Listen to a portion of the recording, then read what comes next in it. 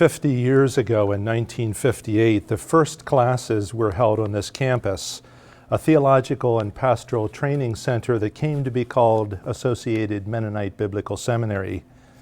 We had a big celebration this year in April, and we're blessed to have many people here who were on this campus in 1958, either as students or as faculty, when the seminary opened.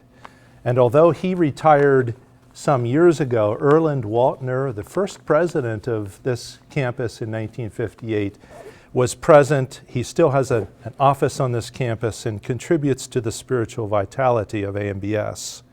An important part of the celebration in April was the dedication of the new library and campus center. We've talked about this facility for years, and many of you have contributed to its realization.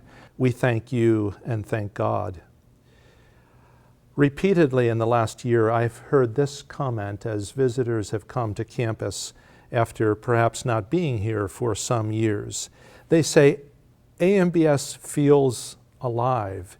It's a place of beauty and hospitality, a place of deep connection to the life and mission of the church.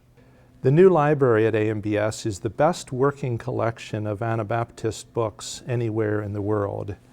We believe that our calling as a Mennonite people is to claim a Jesus-centered, biblically grounded, mission-minded heritage of our Anabaptist forebears. We rejoice to see increasing numbers of students of other denominations at AMBS. They enrich our learning environment with their questions and perspectives. We're also happy to see an increasing number of Mennonite students from Canada and the United States and around the world on our campus. Part of the new complex that we built here is the Church Leadership Center. This is an ongoing program of resourcing workshops, seminars, sabbatical programs for pastors and other church leaders to come on this campus and learn in non-degree kinds of settings. One of my deep concerns as I speak with pastors on this campus or out across the church is the comment I hear repeatedly that we need to recover our biblical foundations. Sermons and Sunday school classes in the Mennonite church in the last generation increasingly have turned to special topics and special themes that may be important for Christian discipleship, but don't necessarily ground us in a deep understanding of Scripture. One Mennonite pastor said, "I'm not sure how much permission I have to teach the Bible in my congregation." AMBS is a biblical seminary. We also are a worshiping community. We expect that faculty and students will find life in prayer and devotion to God, that they will meet the risen Lord in the classrooms and hallways and study carols of this institution, even as they go about the hard work of learning biblical languages or church history or systematic theology or ministry skills for the church. We continue to work with high school age youth in a program called Explore. Each summer, these young people come on our campus.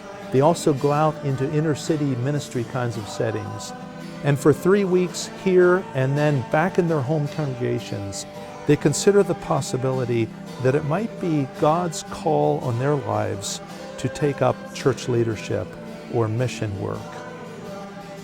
There's been a lot of change in the Mennonite church in the last decade. Great hopes and expectations as well as struggle and pain. A tree buffeted by the winds needs deep roots. And at AMBS, we are putting down deep roots into prayer and worship and biblical studies and Anabaptist theology, roots that we believe will strengthen the church and will bear fruit to the honor and glory of God. Thank you for your interest and support. Thank you for shoulder tapping those who should be students here and helping make it possible for them to come. Thank you for your dollars and your prayer support. For all of this, we say thank you and thanks be to God.